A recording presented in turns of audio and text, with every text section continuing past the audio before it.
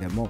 Bonjour à tous et à toutes, bienvenue dans cet échauffement. Nous sommes le samedi 12 août 2023, il est tôt ce matin, il est 8h46, j'ai dormi approximativement 3 heures, c'est pour vous dire, et pourtant mesdames et messieurs, on va être là pour vivre de très très grandes émotions. C'est un match qui est plus qu'un quart de finale. Pour moi, c'est une sorte de finale avant l'heure, vous voyez? Parce que ces deux équipes peuvent vraiment aller au bout, l'Australie peut vraiment aller au bout, je dis ça parce que l'Australie, je l'ai commenté 5 fois, je crois, 4 fois du moins, et je peux vous assurer que c'est une équipe qui fait peur. On va parler ce matin, donc, d'un match à haute pression, forcément, des Bleus conquérantes, avec un bon état d'esprit et une préparation au top. On va parler des autres résultats qui se sont passés dans les 3 autres quarts de finale que je n'ai pas pu vous commenter malheureusement. On parlera des clés du match.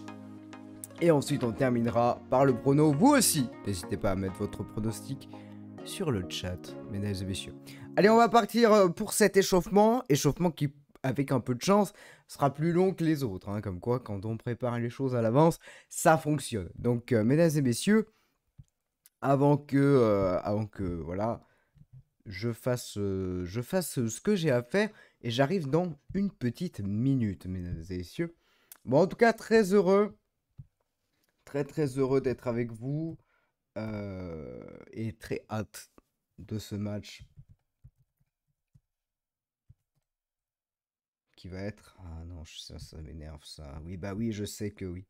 Voilà, c'est vrai. Vous savez, quand vous... quand vous miscliquez sur... ok, tout va bien. Normalement, ça devrait le faire. On est parti, je suis en full plein écran. Et par pitié, je vous en supplie. Ah oui, mais est-ce qu'il considère que... Pardon, parce que tout va bien. Bon, on va parler de cet échauffement, mesdames et messieurs, parce que je suis en train de bégayer sur les antennes de France Télévisions, mesdames et messieurs. Donc, ça va bien se passer.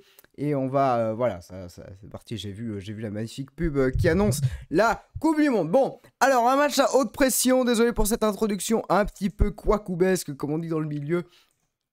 Quel match! Ah mais est-ce que vous vous rendez compte que ça va jouer devant, je sais pas moi, 60-70 000 spectateurs, que l'Australie joue sa vie, que nous aussi nous jouons notre vie, hein, c'est pas... Voilà, hein, vous avez capté. Mais surtout, c'est un match où on joue vraiment contre une équipe à domicile et c'est peut-être à la fois le meilleur et le pire scénario. Comme disait Hervé Renard face au Brésil, je sais pas ce que ça vous fait, mais moi... il se passe quelque chose. Voilà, donc on va espérer qu'il se passe quelque chose et que les frissons seront là pour les Françaises. L'Australie, ça fait peur. Hein. L'Australie, les capacités de contre, c'est effrayant. C'est effrayant la vitesse de Raso sur son côté, effrayant la qualité de balle de Carpenter, effrayant l'efficacité clinique de Ford. Tout est effrayant. Qu'est-ce que vous voulez que je vous dise? Il est là, Hervé Renard, chemise dont j'oblige. Il est prêt, mesdames et messieurs, nous aussi. Donc voilà pour un match à haute pression des Bleus conquérantes, parce que quand il faut en parler, c'est une équipe de France qui monte en puissance. On a effectivement fait ce 0-0 contre la Jamaïque qui m'a fait très peur. Mais au final, on est là. Et au final, on est à 2 matchs de remporter le premier mondial de notre vie. Donc, 3 matchs, bien sûr, au-dessus de ce grand stade, bien sûr. Voilà, donc je pense qu'il y a des choses à faire. On a une Kadidiani vraiment dans une forme olympique. On a une équipe de France sereine et solidaire. Et alors, il y a Maël Lacrar qui est aligné aujourd'hui. Donc ça, c'est une bonne nouvelle. Et on va voir si ça fait la différence sur la charnière Renard-Lacrar. Parce qu'avant, c'était la charnière Renard-Almeida. Et Almeida a été préféré pour être mis sur le côté pour protéger la touche. On verra bien ce que ça va nous donner. Mais l'esprit de conquête, il est présent. Hein. Je peux vous le promettre. Et puis, on a vraiment, si on retrouve une Sakina Karchaoui des grands jours, si on retrouve une Bacha des grands jours, si on retrouve une Pauline Perromagnin des grands jours, il va falloir que ça arrive, parce que je pense que ça va vraiment pas hésiter à tirer côté australien. Elles sont capables de tout. Mesdames et messieurs, on va parler des autres résultats, peut-être à la mi-temps. À moins qu'on ait le temps, en vrai. Mais je ne sais pas. Bon, il reste 9 minutes. On va parler des autres résultats. on va parler des autres résultats. Je m'offre ce petit plaisir. Donc bonjour à toutes et à tous, hein, si vous venez d'arriver, pendant que je suis en train de faire n'importe quoi, que je suis pas aligné dans le truc, mais tout va bien. Bonjour évidemment, je vais revenir là-dessus parce que le reste j'en ai pas besoin.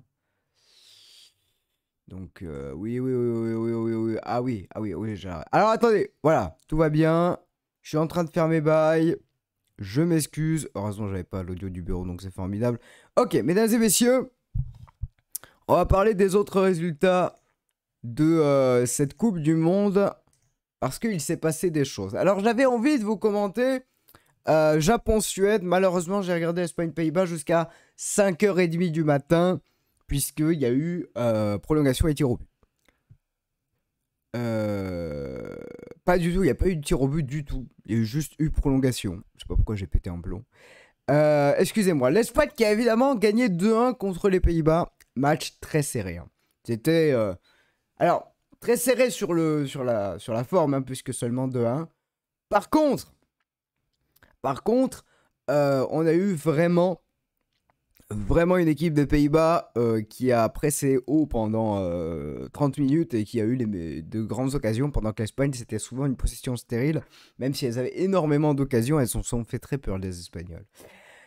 Et Suède-Japon, et ben voilà, la Suède qui continue d'éliminer les grandes de ce mondial, les États-Unis, le Japon, ça commence à faire beaucoup. Pas surpris hein, de voir la Suède en finale de cette Coupe du Monde, ça serait assez dingue. Imaginez un France-Suède. Il y a Angleterre-Colombie que je ne pourrais pas commenter, qui est à 12h30, dont on reparlera si, de toute façon, je commenterai la demi-finale quoi qu'il arrive, même si on est éliminé. Voilà. Pour les informations concernant les autres matchs, nous allons partir maintenant sur les clés du match. C'est une rubrique qui m'intéresse particulièrement. J'ai envie de vous dire, aujourd'hui c'est le cœur qui va parler. Aujourd'hui c'est la dévotion qui va parler. L'idée c'est peut-être pas d'être le plus propre techniquement. L'idée c'est d'être le plus présent sur le terrain. C'est d'avoir toujours les seconds ballons, de mettre de la pression et de marquer rapidement. Parce qu'une fois que les Australiennes... Ouais, on voit les supporters français. Une fois que les Australiennes seront, on espère, mises à l'épreuve, elles vont peut-être se précipiter. Le problème de l'Australie, c'est que même si elles se sont pris 3-1 contre le Nigeria, on l'a vécu ensemble... 3-2. À chaque fois, je pense à 3-1, mais 3-2 parce qu'il y a eu une magnifique tête, je crois, de Kennedy à la 96e minute. Mais, même si l'Australie s'est pris quelques buts, ça paraît moins friable que l'équipe des Pays-Bas hier. Donc, ou même que l'Espagne, parce que c'était pas assurance tout risque. Mais voilà, ça me fait... Elle me fait peur, cette équipe d'Australie. Ouais. Voilà, elle me fait peur, cette équipe d'Australie. Je dois vous dire que aujourd'hui, il n'y a que nous pour nous rassurer. Oh là là, elles sont concentrées, les Français. Elles sont dans un état d'esprit. On voit les Australiennes concentrées, mais un peu plus dans le chill. Hein. Mais alors, les Françaises, on le regarde. Non, les Françaises, elles sont dans un état, mon gars. Oh, je vois les images, vous les voyez pas, mais je vous assure que là, on a envie, mais je pense d'être en mode, on gagne le match, on n'en parle plus jamais, on conquiert l'Australie et c'est finito, tu vois ce que je veux dire? C'est ça qui se passe. Pendant que les joueurs sont en train de rentrer sur ce magnifique stade, bien sûr. Les clés du match, donc, ça sera, pour moi, être présent sur les seconds ballons, être efficace en coup de pied arrêté, parce qu'il y a beaucoup de taille d'un côté comme de l'autre. Et puis, non, voilà. Tout donner. Tout espérer, essayer, tenter, absolument.